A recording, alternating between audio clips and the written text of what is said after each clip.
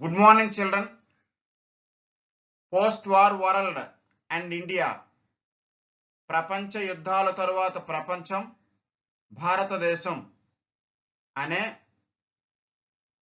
10వ తరగతిలోని 20వ పాఠంలో భాగంగా పార్ట్ 1లో మనం కొన్ని అంశాలు ఆల్రెడీ నేర్చుకొని ఉన్నాం. మరి ఈ పార్ట్ 2లో ఈ వీడియోలో మనం ప్రధానంగా 4 అంశాల గురించి నేర్చుకోబోతున్నాం. అవి 1 అలీన విధానం, నాన్ అలైన్ మూవ్మెంట్. 2 పశ్చిమాసియా సంఘర్షణలు, western Asian conflicts.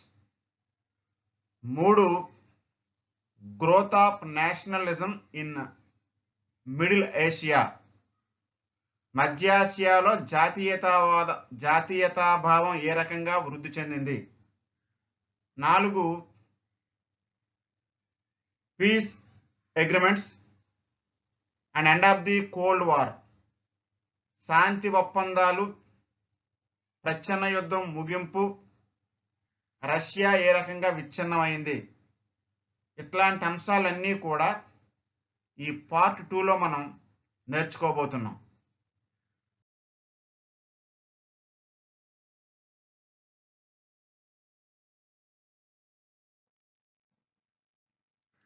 Now we are going to learn non-aligned movement. అలీన విధానం గురించి నేర్చుకుందాం. As the rival powers accumulated destructive weapons, the world was constantly threatened by a nuclear holocaust. People of all countries lived in constant fear of war. There were many moments when nuclear war between the two countries seemed imminent, but got diffused somehow through diplomacy. Some of these were the incident relating to the shooting down of U-2 US pipeline over USSR, the discovery of Soviet missile buildup in Cuba, and several times during the Korean and Middle East wars. ప్రపంచం 2 సిద్ధాంతపరమైనటువంటి విభేదాలతో America నాయకత్వంలో ఒక కూటమి, Russia నాయకత్వంలో ఒక కూటమి ఉంటున్న సందర్భంలో ప్రపంచం యుద్ధం అంచుల వరకు వెళ్ళి వెనక్కి తిరిగిందన్నమాట. ఇది ఏ రకంగా చూద్దాం. ప్రపంచం ఎప్పుడైతే 2 శిబిరాలుగా విడిపోయిందో, ఈ ప్రత్యర్థి శిబిరాలు విధ్వంసకర ఆయుధాల నిల్వలను పెంచుకుంటూ పోవడంతో ప్రపంచం అణ్వాయుధ యుద్ధ విధ్వంస నీడలో బితుకుమంటూ ఉన్నది. అన్ని దేశాల ప్రజలు యుద్ధ భయంతో గడపసాగారు. 2 అగ్రరాజ్యాల మధ్య యుద్ధం అనివార్యమనిపించిన సందర్భాలు అనేకం ఎదురైనప్పటికీ దౌత్యంతో వీటిని ఏదో రకంగా నివారించగలిగారు. రష్యా తమ దేశంలోనికి అమెరికాకు చెందిన గూఢచర్య విమానాన్ని కూల్చివేయటం, క్యూబాలో రష్యా ఆయుధ నిల్వలను అమెరికా గుర్తించటం, కొరియా, గల్ఫ్ యుద్ధాల వంటి సందర్భాలలో పలుమార్లు ప్రపంచం యుద్ధం అంచున నిలిచింది. 2వ ప్రపంచ యుద్ధం తరువాత సిద్ధాంతపరమైనటువంటి విభేదాలతో రష్యా నాయకత్వంలో కమ్యూనిస్టు కూటమి, అమెరికా నాయకత్వంలో ప్రజాస్వామిక పెట్టుబడిదారు కూటమి, ఈ 2 కూటములుగా ప్రపంచం విడిపోయినప్పుడు అనేక సందర్భాల్లో యుద్ధం అంచుల వరకు ప్రపంచం వెళ్ళింది. సో ఇలాంటి సందర్భాలలోనే యుద్ధాన్ని నివారించగలిగే, 2 కూటములను నివారించగలిగే ఒక స్థితి వచ్చిందన్నమాట. ఆ స్థితి నుంచే అలీన విధానం రూపుదాల్చుకున్నది. Now we are going to learn non-aligned movement. How non-aligned movement was arrived. Now, what are the characteristics of non-aligned movement. So what are the situations to demand to arrive non-aligned movement? In 1950s, the world was getting increasingly militarized and divided into two antagonistic camps. The rivalries between the two superpowers for military supremacy, ideological conflicts, and rivalry to gain economic supremacy lead to the establishment of bipolar world. Thought this conflict did not leave much space for those who did not want to be involved in either of the blocks. There was an attempt to create one. రెండు విభిన్న శిబిరాల మధ్య ప్రపంచం యుద్ధం అంచుల వరకు వెళ్ళిందని నేర్చుకున్నాం. America నాయకత్వంలో ప్రజాస్వామ్య పెట్టుబడిదారు కూటమి, రష్యా నాయకత్వంలో కమ్యూనిస్టు కూటమి. ఈ రెండు కూటముల మధ్య పరస్పర విద్వేషాలు, అనుమానం, ఈ అనుమానంతోనూ విద్వేషాలతోనూ ఏ కూటమికి ఆ కూటమి అణ్వాయుధాలను పెంచుకుంటూ పోయింది, ఆయుధాలను పంచుకుంటూ పోయింది. ఒక కూటమిని కవ్విస్తూ వేరొక కూటమి తమ కూటమిలోకి మిత్రదేశాలను ఆహ్వానించడం జరిగింది. సో ఇలాంటి సందర్భంలో సుమారుగా 1950లలో ప్రపంచం రెండు ప్రత్యర్థి శిబిరాల మధ్య తీవ్ర ఆయుధీకరణకు లోనయ్యింది. ఈ రష్యా అమెరికా దేశాల మధ్య సైనిక ఆధిపత్యం, సైద్ధాంతిక విరోధాలు, ఆర్థిక ఆధిపత్యం కోసం జరిగిన పోటీల కారణంగా ప్రపంచం రెండు ధృవాలుగా విడిపోయింది. ఈ రెండు పక్షాలలో దేనివైపున లేకుండా ఉండటానికి అంతగా అవకాశాలు లేకపోయినా అటువంటి ప్రయత్నం ఒకటి జరిగింది. అగ్రరాజ్యాల మధ్య పోటీ వల్ల ఇటీవల వలస పాలన నుంచి విముక్తి పొందిన దేశాల సమస్యలైనటువంటి పేదరికం, అనారోగ్యం, అసమానత్వం, వలసవాదం వంటివి ఏవీ పరిష్కారం కాలేదు. కాబట్టి ప్రపంచం రెండు కూటములుగా విడిపోయింది. ఇటీవల స్వాతంత్రం పొందినటువంటి లాటిన్ అమెరికా, ఆఫ్రికా, ఆసియా దేశాలలోని కొన్ని దేశాలు ఉన్నాయి. వీటిని మూడవ ప్రపంచ దేశాలు అంటాం.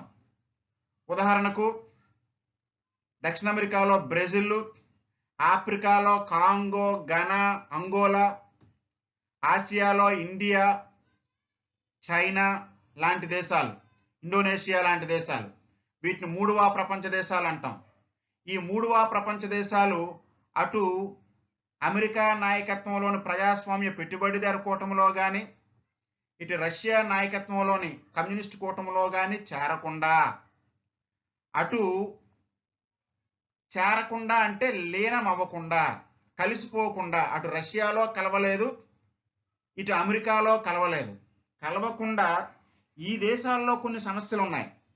ఈ దేశాల్లో ఉన్న సమస్యలు ఏంటి? పేదరికం, అనారోగ్యం, అసమానత్వం, ఇంకా కొద్ది మొత్తంలో వలసవాదం. ఇలాంటి సమస్యలు ఉన్నాయి. ఈ సమస్యలను పరిష్కరించుకోవడంలోనే ఈ దేశాలు తల మునకలై ఉన్నాయి. ఇట్లాంటి సందర్భంలోనే అటు పెట్టుబడిదారు కూటమిలో కానీ, ఇటు కమ్యూనిస్టు కూటమిలో కానీ లీనం అవ్వకుండా అలీనంగా ఉండడం, ఇలాంటి అలీనంగా ఉండడం కోసం కొన్ని ప్రయత్నాలు జరిగాయి. అట్లాంటి ప్రయత్నాల నుంచి రూపుదాల్చుకున్నదే అలీన విధానము.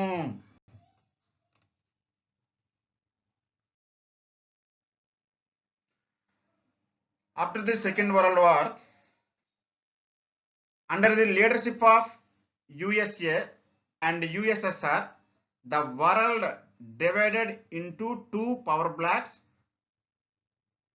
with different ideologies. This situation is called as bipolar world. పిల్లలు, ఇక్కడ ఏకధ్రువ ప్రపంచం, ద్విధ్రువ ప్రపంచం అనే రెండు పదాలు వచ్చాయి. రెండవ ప్రపంచ యుద్ధం తరువాత ప్రపంచం సిద్ధాంతపరమైన విభేదాలతో విడిపోయింది. ఒక సిద్ధాంతం ప్రజాస్వామ్య పెట్టుబడిదారు విధానం, వేరొక సిద్ధాంతం కమ్యూనిజం. ప్రపంచంలో ఉన్న దేశాలన్నీ చాలా వరకు ప్రజాస్వామ్య పెట్టుబడిదారు కూటమిలో కొన్ని, కమ్యూనిస్ట్ కూటమిలో కొన్ని చేరాయి. ఇలాంటి పరిస్థితినే ద్విధ్రువ ప్రపంచం అంటారు. ఇది bipolar world. Under the leadership of America and Russia, the world divided into two power blocks after World War II with different ideologies. This situation is called as bipolar world. Dear children, look at this map. The blue color indicates the followers of democratic capitalistic unity, and the red color indicates followers of communist countries. So blue color indicates America followers, red color indicates Russia followers. Okay, dear children, already we have to learn bipolar world. In the same way, unipolar world, ఏకధ్రువ ప్రపంచం. ఈ part 2లోనే మనం దీని ప్రస్తావన చివరిలో వస్తుంది. అయితే ఇక్కడ already ద్విధ్రువ ప్రపంచం గురించి చెప్పాం కాబట్టి మరి ఏకధ్రువ ప్రపంచం గురించి కూడా చెప్పాలి. 1991 తరువాత రష్యా విచ్ఛిన్నం అయిన తరువాత, ఎప్పుడైతే రష్యా విచ్ఛిన్నం అయిపోయిందో రష్యా ప్రభావం ప్రపంచం మీద చాలా వరకు తగ్గింది. అప్పుడు ప్రపంచం అంతా అమెరికా గుప్పిట్లోకి వెళ్ళిపోయింది. సో దీనినే మనం ఏకధ్రువ ప్రపంచం అంటాం. With the collapse of USSR, only USA remained as super power in the world.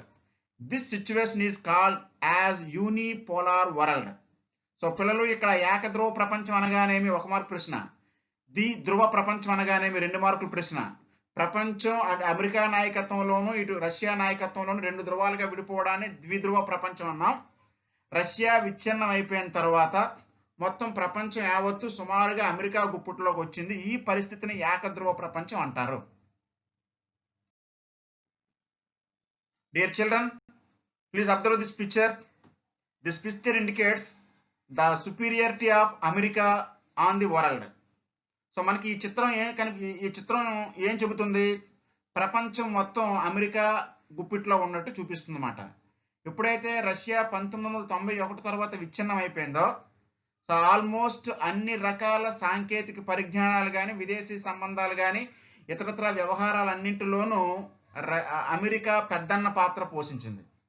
America lead a big role as a big brother.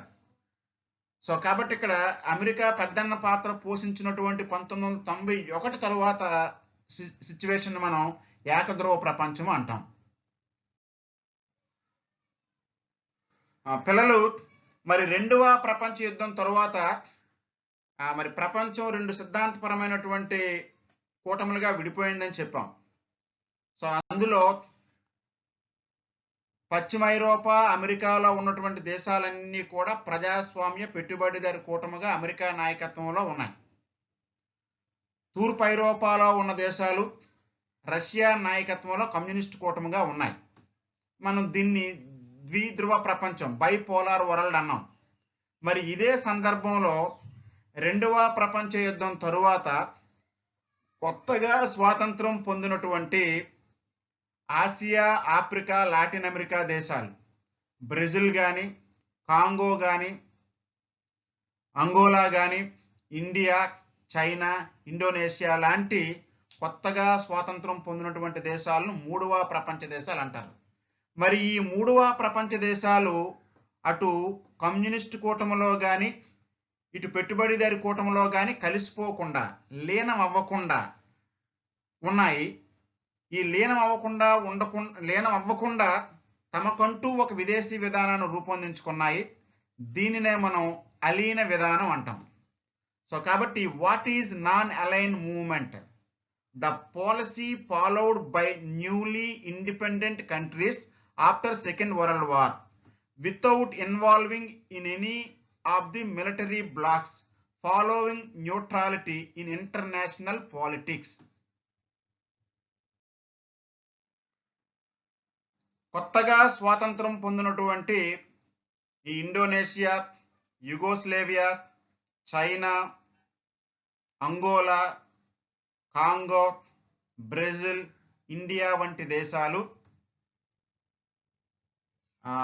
పెట్టుబడిదారు విధానంలో కానీ కమ్యూనిస్ట్ విధానంలో కానీ కలిసిపోకుండా తటస్థంగా ఉంటూ తమకొక విదేశాంగ విధానం అవసరమని భావించి తాము ఏ రకంగా ఉండాలో నిర్ణయించుకోవడం కోసం 1955లో ఇండోనేషియాలో బాండుంగ్ దేశంలో సమావేశమయ్యారు. దీనినే కాన్ఫరెన్స్ ఆఫ్ బాండుంగ్ అంటారు. Bandung conference was held in 1955 in Indonesia. Its main purpose was a change from the insecure situation. Bandung Conference was the first Asia-African conference represented by 29 nations. The leaders of Bandung Conference were Jawaharlal Nehru from India, Colonel Gamal Abdul Nasser from Egypt, and Joseph Brizo Tito from Yugoslavia. Jawaharlal Nehru was acknowledged as the chief spokesperson of this conference. The Bandung Conference paved the way for non-aligned movement. So కాబట్టి Bandung సమావేశంలో తీసుకున్నటువంటి నిర్ణయాల ప్రకారం కొత్త విదేశాంగ విధానం రూపుదాల్చుకున్నది. ఈ మూడవ ప్రపంచ దేశాలు రూపొందించుకున్నటువంటి ఈ కొత్త విదేశాంగ విధానాన్నే అలీన విధానము లేదా నాన్ అలైన్ మూవ్మెంట్ అంటారు. ఈ నాన్ అలైన్ మూవ్మెంట్ కి సంబంధించి మొట్టమొదటి సమావేశం ఇండోనేషియాలో బాండుంగ్ లో జరిగింది. దీనికి 29 దేశాలు హాజరయ్యాయి. సో భారతదేశం తరపున జవహర్లాల్ నెహ్రూ, ఈజిప్ట్ తరపున కల్నల్ గామల్ అబ్దుల్ నాజర్, యుగోస్లేవియా తరపున మార్షల్ టిటో లాంటి ప్రముఖులు హాజరయ్యారు. ఈ సమావేశంలో ముఖ్య అతిథిగా మాట్లాడినటువంటి వ్యక్తి జవహర్లాల్ నెహ్రూ.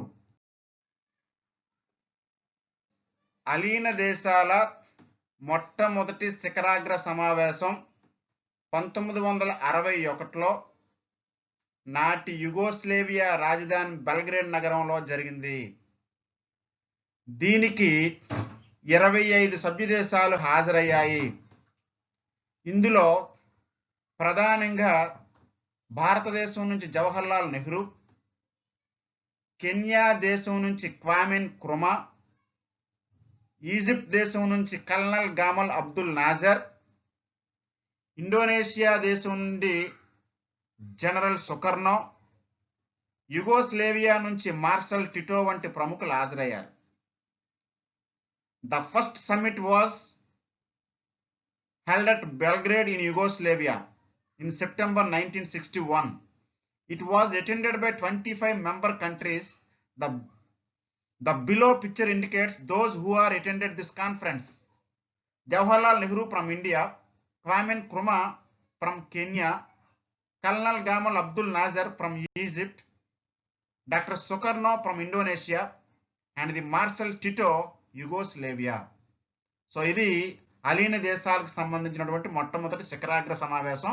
ఈ ఫోటోలో ఉన్న వ్యక్తులంతా కూడా 1 నెహ్రూ గారు, 2 Kwame Nkrumah, 3 Abdul Nasser, 4 Sukarno, 5 Marshal Tito. Now we are going to learn western Asia conflicts. పశ్చిమాసియా సంఘర్షణల గురించి నేర్చుకుందాం.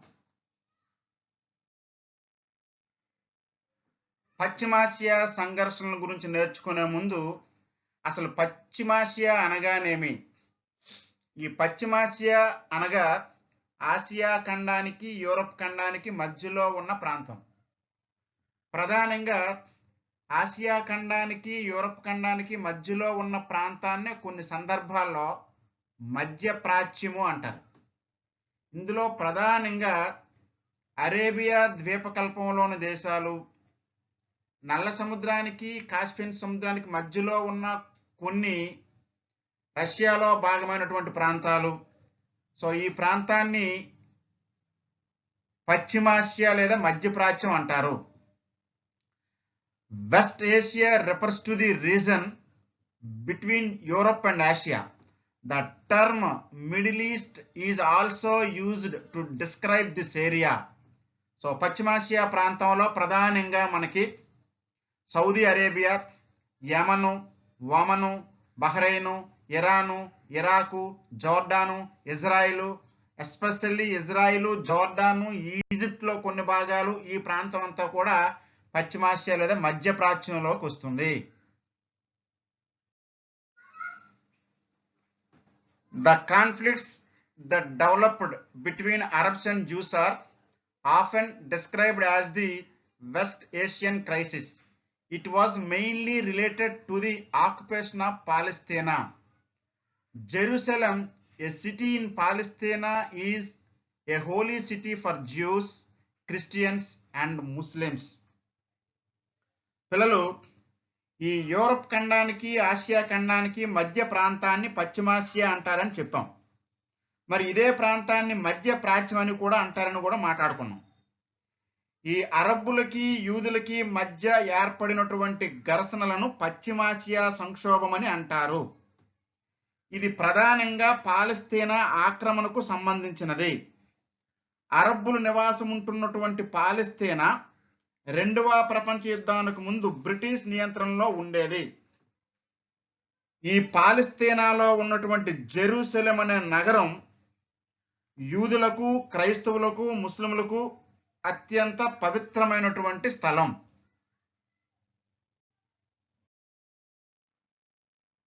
Dear students, now we are going to learn Zionist movement. The Jews traditionally considered Palestine as their promised land. A movement had developed among the Jews called the Zionist movement. పిల్లలు, ఇక్కడ యూదులు పాలస్తీనాని తమ వాగ్దాత్త భూమిగా పరిగణిస్తారు.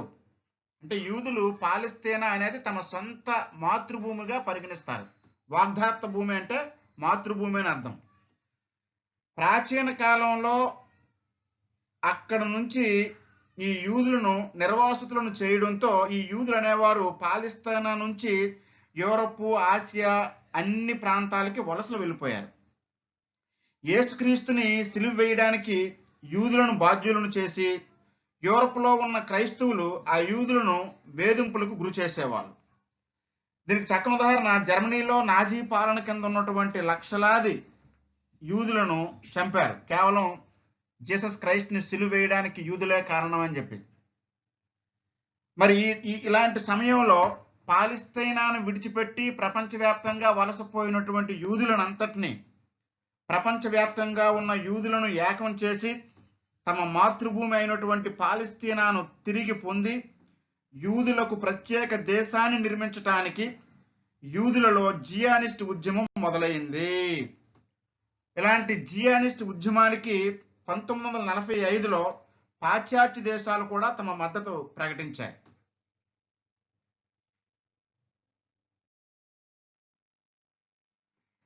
Dear students, here some important questions arise. So write about Palestina problem. పాలస్తీనా సమస్య గురించి వ్రాయండి అని చెప్పి ప్రశ్న అడగడానికి అవకాశం ఉంది. ఆల్రెడీ మనం చెప్పాం, మరొకసారి రిపీట్ చేసుకుందాం. So write about Palestine problem. Palestine was under the control of Britain before World War II. The Jews considered Palestine as their promised land. Christians considered Jews responsible for the crucifixion of Jesus. US and USSR wanted to bring their influence because of massive oil reserves. Palestine divided into Arab and Jewish states in 1947 by UNO. Israel was created for Jews. Palestine was for Arabs. The Arabs refused to recognize Israel. పాలస్తీనా సమస్య గురించి వ్రాయండి. ఇది 2 మార్కుల ప్రశ్న రావచ్చు, 4 మార్కుల ప్రశ్న రావచ్చు. ఆల్రెడీ మనం చెప్పాం, మరొకసారి రిపీట్ చేద్దాం. సో 2వ ప్రపంచ యుద్ధానికి ముందు పాలస్తీనా బ్రిటన్ నియంత్రణ కింద ఉండేది. యూదులు పాలస్తీనాను తమ వాగ్దాత్త భూమిగా పరిగణిస్తారు. యూదుల యొక్క మాతృదేశం పాలస్తీనా. ఇక్కడ వాగ్దాత్త భూమి అంటే మాతృదేశం అని అర్థం. అదే రకంగా యేసుక్రీస్తు సిలువ వేయబడడానికి ప్రధాన కారణం యూదులు అని చెప్పి క్రైస్తవులు నమ్ముతారు. అందువల్లనే ప్రపంచవ్యాప్తంగా ఉన్న క్రైస్తవులందరూ కూడా యూదులను ద్వేషిస్తారు. ఈ ద్వేషం నుంచే జర్మనీలో నాజీ పార్టీ అధికారంలో ఉన్నప్పుడు కొన్ని లక్షల మంది యూదులను నిర్దాక్షిణ్యంగా చెప్పడం జరిగింది, శిక్షించడం జరిగింది. హిట్లర్ ఊచకోత కోశాడు యూదుల్ని. కేవలం యూదుల వలనే జీసస్ క్రైస్ట్ సిలువ వేయబడ్డాడు అన్నటువంటి ఒక నింద వలన. అదే రకంగా 2వ ప్రపంచ యుద్ధం తరువాత ఈ పశ్చిమ ఆసియాలో అపారమైనటువంటి చమురు నిక్షేపాలు కనుగొనబడ్డాయి. కాబట్టి ఈ చమురు నిక్షేపాల మీద ఆధిపత్యం కోసం ఓ పక్క రష్యా, అమెరికా కూడా ఓ కన్నేసి ఉంచాయి. తరువాత ఐక్యరాజ్య సమితి నాయకత్వంలో పాలస్తీనా 2 దేశాలుగా విడిపోయింది. అది ఒకటి అరబ్బుల కోసం ఇజ్రాయెల్, యూదుల కోసం పాలస్తీనా. ఈ రకంగా so Israel was created for juice. యూదుల కోసం ఇజ్రాయెల్ క్రియేట్ చేయబడింది, అరబ్బుల కోసం పాలస్తీనా క్రియేట్ చేయబడింది. కానీ అరబ్బులు పాలస్తీనాని so Israel was created for Jews, Palestine was for Arabs. The Arabs refused to recognize Israel.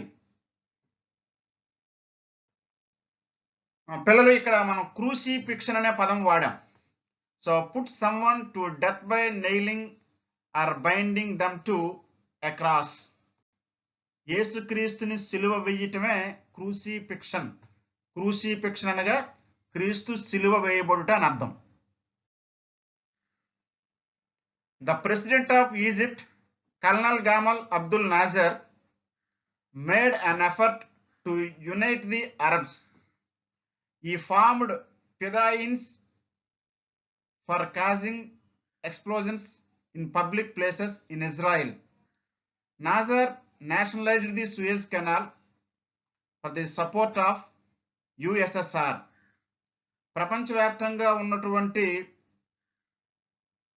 అరబ్బులందరినీ ఐక్యం చేయడానికి ప్రయత్నం చేసిన వాడు ఈజిప్ట్ అధ్యక్షుడు కల్నల్ గామల్ అబ్దుల్ నాజర్.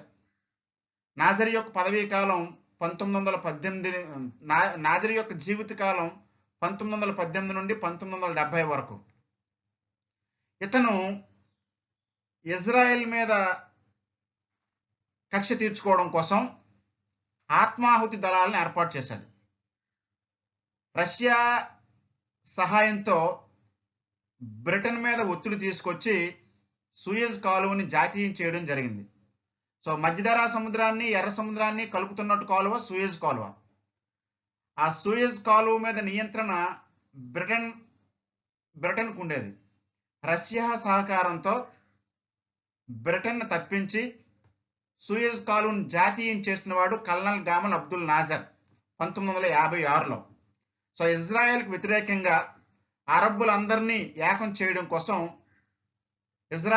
ఇజ్రాయెల్ మీద అవసరమైతే దాడి చేయడం కోసం ఆత్మాహుతి దళాలను ఏర్పాటు చేశాడు నాజర్. ఈ ఆత్మాహుతి దళాలని ఫిదాయిన్స్ అంటారన్నమాట. సో ఫిదాయిన్స్, one who sacrifice himself, also called suicide squads. ఫిదాయిన్స్ means suicide squads. Colonel Gamal Abdul Nasser adopted aggressive policies against Britain and France. So, America withdrew aid to Egypt for the construction of Aswan Dam on Nile River. So, Arab ప్రపంచానికి నాయకుడైనటువంటి colonel గామల్ Abdul Nazar Egypt యొక్క అధ్యక్షుడు. So ఈ నాజరు తీవ్రమైన జాతీయతా భావాలు కలిగినటువంటి వ్యక్తి. ఫ్రాన్స్కి ఇంగ్లాండ్కి వ్యతిరేకంగా ఇజ్రాయెల్ను ఓడించడానికి కానీ అరబ్బులందరినీ ఏకం చేయటానికి కానీ ప్రధానంగా రష్యా సహకారంతో ముందుకు వెళ్దామని నిశ్చయించుకున్నాడు. ఎప్పుడైతే ఇంగ్లాండ్కి ఫ్రాన్స్కి వ్యతిరేకంగా రష్యా సహాయంతో ముందుకు వెళ్ళాలని నాజర్ నిర్ణయించుకున్నాడో అమెరికా ఈ ఈజిప్ట్లో నైలు నది మీద నిర్మిస్తున్నటువంటి ప్రముఖ డామ్ ఆస్వాన్ డామ్, ఈ ఆస్వాన్ డామ్కి సహాయం చేస్తుంది అంతవరకు అమెరికా. ఎప్పుడైతే ఈజిప్టు రష్యా సహకారాన్ని అందిస్తుందో, ఇంగ్లాండ్కి ఫ్రాన్స్కి వ్యతిరేకంగా పనిచేస్తుందో, ఆటోమేటిక్గా అమెరికా ఆస్వాన్ డామ్కి చేయాలనుకున్నటువంటి సాయాన్ని విరమించుకున్నది. సో మరొకసారి చెప్దాం, ఈజిప్ట్లో చాలా ప్రముఖమైనటువంటి నది నైలు నది. నైలు నదిపై నిర్మించబడినటువంటి ప్రాజెక్టు ఆస్వాన్ హైడామ్. ఆస్వాన్ హైడామ్కి ఎవరు సహాయం చేసేవారు? అమెరికా. అయితే నాజర్ అధికారంలోకి వచ్చిన తర్వాత బ్రిటన్తోనూ ఫ్రాన్స్తోనూ ఎగినెస్ట్గా ఉండటం, రష్యాను సహకరించడంతో అమెరికా కోపం వచ్చి ఈ ఆస్వాన్ హైడామ్కి సహాయం చేయడం మానివేసింది. ఈ పశ్చిమాసియా సంఘర్షణలో భాగంగా ఇజ్రాయెల్ పాలస్తీనా దేశంలో గల గాజా నగరాన్ని, గోల్డెన్ హైట్స్ అనే నగరాన్ని, ది వెస్ట్ బ్యాంక్ అనే నగరాన్ని ఆక్రమించుకోవడం జరిగింది. ప్రధానంగా అమెరికా సహకారంతో, అమెరికా పాశ్చాత్య దేశాల సహకారంతో ఇజ్రాయిల్ పాలస్తీనా దేశంలో గల గాజా నగరాన్ని, గోల్డెన్ హైట్స్ నగరాన్ని, ఈ వెస్ట్ బ్యాంక్ అనే నగరాన్ని ఆక్రమించుకోవడం జరిగింది.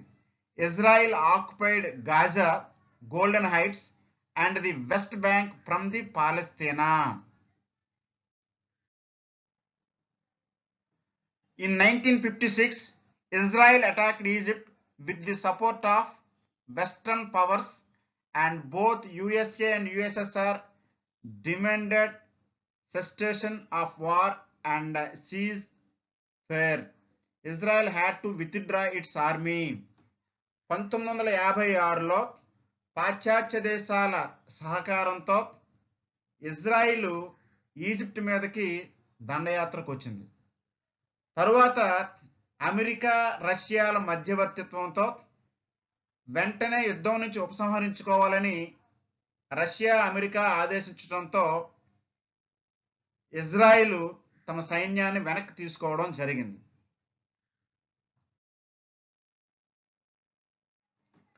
పాలస్తీనా liberation army.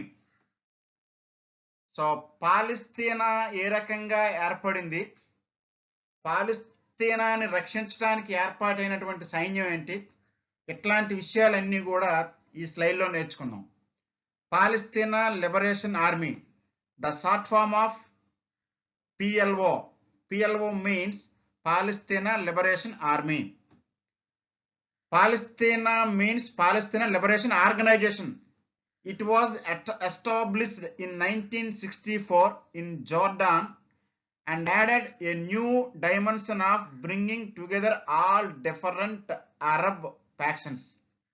Its aim was to reason the land it lost without violence. However, 1967 PLO under the leadership of Yasser Arafat applied pressure and force on Arab states to attack Israel. పాలస్తీనా దేశాన్ని ఏర్పాటు చేయడం కోసం ఏర్పాటైనటువంటి సంస్థ పాలస్తీనా liberation army. ఈ సంస్థ 1964లో Jordan దేశంలో ఏర్పాటైంది. దీన్ని ఏర్పాటు చేసినటువంటి ప్రముఖ వ్యక్తి యాసర్ అరాఫత్. ఈ యాసర్ అరాఫత్ 1967లో అరబ్ దేశాల మీద ఒత్తిడి తీసుకొచ్చి ఇజ్రాయిల్పై దండయాత్ర ప్రకటించి ఖచ్చితంగా పాలస్తీనా ఏర్పాటుకు మార్గం సుగమం చేసిన వ్యక్తి Acer Arafat. PLO hijacked the Israeli Olympic squad at the Munich Olympics in September 1972 and killed many of the sportspersons. Arafat gave up terrorism and agreed the formation of Israel. Israel failed to implement its promises Palestinas.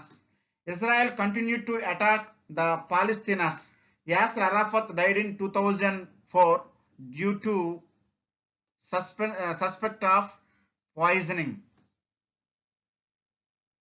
Palestine Liberation Organization అనే వాళ్ళు 1972లో జర్మనీలోని Munich నగరంలో Olympics జరుగుతున్నాయి. ఈ జర్మనీలో Munich నగరంలో జరుగుతున్న ఒలింపిక్స్కి కొంతమంది Israel ఆటగాళ్ళు హాజరయ్యారు. ఈ ఇజ్రాయిల్ ఆటగాళ్లతో కూడినటువంటి విమానాన్ని ఈ PLO హైజాక్ చేసింది. హైజాక్ చేయడంతో పాటు చాలా మంది ఆటగాళ్లను చంపడం జరిగింది. తరువాత ప్రపంచ దేశాల ఒత్తిడి మేరకు ప్రపంచ దేశాల వారు చీవోట్లు పెట్టిన కారణంగా ఈ అరాఫత్ ఉగ్రవాదాన్ని కొంతవరకు విడనాడి చివరికి ఇజ్రాయెల్కి స్వతంత్రం ఇవ్వడానికి అన్యమనస్కంగా ఒప్పుకోవడం జరిగింది. తరువాత కాలంలో యాసర్ అరాఫత్ ఒక అనుమానాస్పద స్థితిలో 2004లో విషం తాగి మరణించాడన్నటువంటి వార్త వెలుగులోకి వచ్చింది. The growth of nationalism in the middle east. మధ్య ప్రాచ్యంలో ఈ పశ్చిమాసియాలో జాతీయతావాదాలు ఏ రకంగా అభివృద్ధి చెందాయో మనం ఈ స్లైడ్లో నేర్చుకుందాం. In 1968, a coup took place in Iraq in which Saddam Hussein came to power within the twin slogan of Arab nationalism and socialism. 1968లో ఇరాక్ దేశంలో అధికారంలోకి వచ్చిన వ్యక్తి Saddam Hussein. Saddam Hussein Arab ప్రపంచానికి 2 నినాదాలు ఇచ్చాడు. అరబ్ జాతీయతావాదం, అరబ్ సామ్యవాదం. ప్రపంచంలో ఉన్నటువంటి అరబ్బులందరినీ ఏకం చేయటం, అరబ్బుల్లో పేదరికాన్ని రూపుమార్చడం. సో ఈ నినాదాలతో ఈ give 2 slogan, Arab nationalism and Arab socialism. Who gave the slogans? The Arab nationalism and Arab socialism. Saddam Hussein. Saddam Hussein belongs to Iraq. He is the former president of Iraq. ఈ స్లైడ్లో మనం Russia ఏ రకంగా విచ్ఛిన్నమైంది, ప్రచ్ఛన్న యుద్ధం ఏ రకంగా ముగించబడింది, శాంతి ఒప్పందాలు ఏ రకంగా వెలుగులోకి వచ్చాయి నేర్చుకుందాం. Peace movements, collapse of the USSR and the end of the cold war. పిల్లలు, మరి ఈ స్లైడ్లో శాంతి ఉద్యమాలు ఏ రకంగా రూపుదాల్చాయి, రష్యా ఏ రకంగా పతనం చెందింది, ప్రచ్ఛన్న యుద్ధం ఏ రకంగా అంతమైందో నేర్చుకుందాం. మరి 2వ ప్రపంచ యుద్ధం అయిపోయిన తరువాత అనేక శాంతి ఒప్పందాలు జరిగిన తరువాత కాలం గడుస్తున్న కొద్దీ ఆయుధ పోటీని తగ్గించి అణ్వాయుధాలను నాశనం చేయవలసిందిగా రష్యా, అమెరికాలపై ప్రపంచ ప్రజలంతా కూడా తీవ్ర ఒత్తిడి చేయసాగారు. మరి దీని ఫలితంగా ఈ 2 దేశాలు అనేకమైన సంప్రదింపులు జరిపి ఆయుధ పోటీని, నిల్వలను తగ్గించుకోవలసి వచ్చింది. అంతిమంగా 1985, 1991 మధ్య అణు పరీక్షలపై పూర్తిగా నిషేధం విధించారు. రష్యాలో మిఖైల్ గోర్బచేవ్ అధికారంలోకి రావటం వల్ల ఇది సాధ్యమైందని చెప్పవచ్చును. రష్యాలో తీవ్ర మార్పులు తెచ్చి మరింత పారదర్శకంగా పరిపాలన చేసి దాని రాజకీయాలను మార్చడానికి, అంటే రష్యా రాజకీయాలను మార్చడానికి మిఖైల్ గోర్బచేవ్ ప్రయత్నించాడు. మిఖైల్ గోర్బచేవ్ యొక్క సిద్ధాంతాలు ఉదారవాదానికి చెందినవి. ఆర్థిక వ్యవస్థ తిరిగి పుంజుకోవటానికి అతడు కొన్ని సంస్కరణలను చేపట్టి పాశ్చాత్య దేశాలతో సంబంధాలను మెరుగుపరచడానికి ప్రయత్నించాడు. మిఖైల్ గోర్బచేవ్ ప్రవేశపెట్టినటువంటి సంస్కరణలను గ్లాస్నోస్ట్, పెరిస్ట్రోయికాగా వ్యవహరిస్తారు. యాజ్ టైం పాస్డ్, కాలం గడుస్తున్న కొద్దీ, as time passed USSR and USA came under tremendous public pressure to roll back the arms ration, destroy their nuclear arsenal, eventually to ban nuclear tests between 1985 to 1991. This was largely made possible by the coming to power of Mikhail Gorbachev in the USSR. So now a small question about Mikhail Gorbachev. So write about Mikhail Gorbachev in 2 or 3 sentences. It is a 2 marks question. So now we are going to learn Mikhail Gorbachev. Mikhail Gorbachev, he tried to transform the politics of USSR by making it more open and bringing about radical changes. He was a liberal who introduced certain reforms for the revival of their economy and promoted healthy relations with the West. The reforms introduced by the open regime are often described as glasnost and perestroika. రష్యాలో Mikhail Gorbachev అధికారంలోకి వచ్చిన తర్వాత ఈయన పాశ్చాత్య దేశాలతో సత్సంబంధాలను నెలకొల్పి పరిపాలనలో పారదర్శకతను తీసుకొస్తూ ప్రజలకు మరింత స్వేచ్ఛనిస్తూ నిజాయితీవంతమైన పరిపాలన నెలకొల్పాడు. దీనికోసం ఇతడు ప్రవేశపెట్టినటువంటి సంస్కరణలను గ్లాస్నోస్ట్ మరియు పెరిస్ట్రోయికా అంటారు. పరిపాలనలో పారదర్శకత కోసం, ప్రజలకు స్వేచ్ఛనివ్వటం కోసం మిఖైల్ గోర్బచేవ్ ప్రవేశపెట్టిన సంస్కరణలను గ్లాస్నోస్ట్ మరియు పెరిస్ట్రోయికా అంటారు.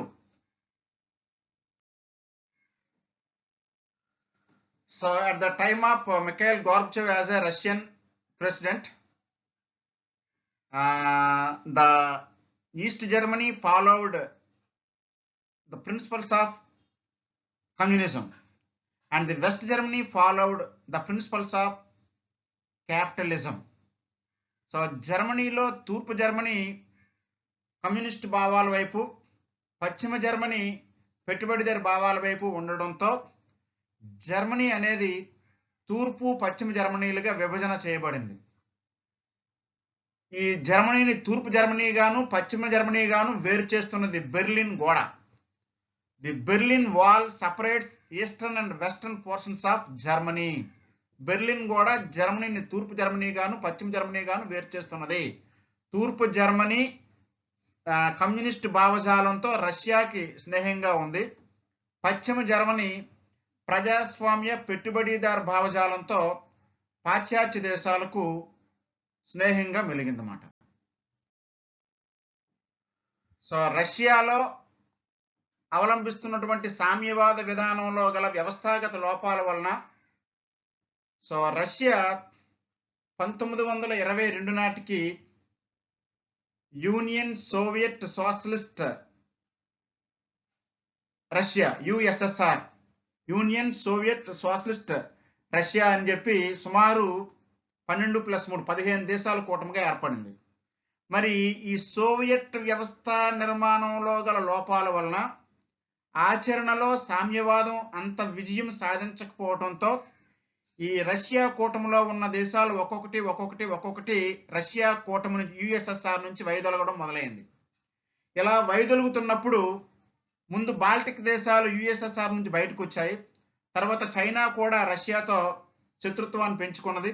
ఇదే సందర్భంలో మిఖైల్ గోర్బచేవ్ను పడదోసి రష్యా అధ్యక్షుడిగా వచ్చినవాడు బోరిస్ ఎల్సిన్.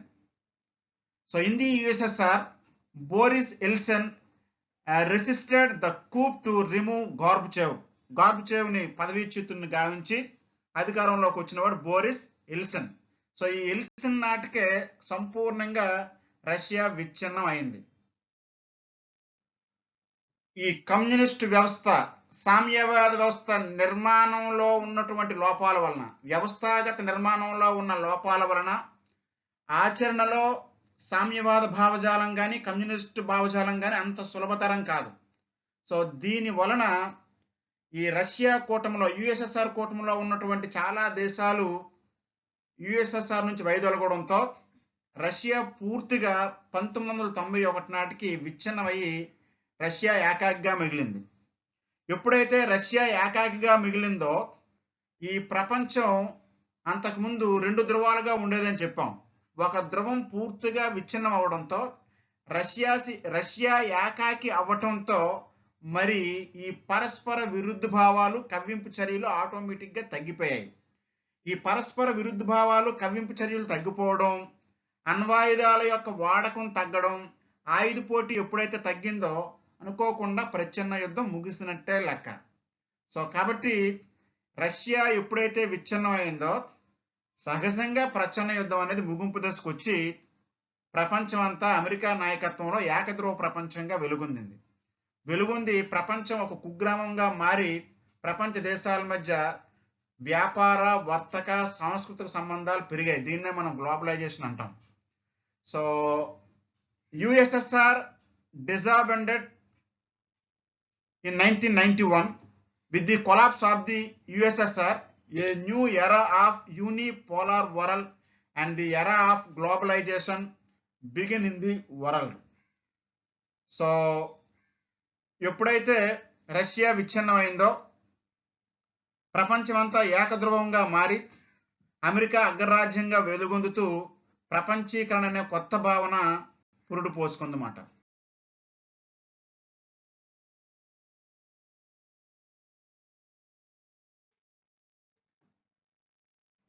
ఓకే పిల్లలు, ఇంతవరకు మనం పార్ట్ 2లో భాగంగా ఈ వీడియోలో మనం అలీన విధానం గురించి, పశ్చిమాసియా సంఘర్షణల గురించి, అరబ్ ప్రపంచంలో జాతీయతావాద భావాల గురించి, రష్యా విచ్ఛిన్నం గురించి, ప్రచ్ఛన్న యుద్ధం ముగింపు గురించి నేర్చుకున్నాం. నెక్స్ట్ పార్ట్ 3లో మనం భారతదేశం తన పొరుగు దేశాలతో గల సంబంధాలను గురించి నేర్చుకుందాం. Thank you for watching.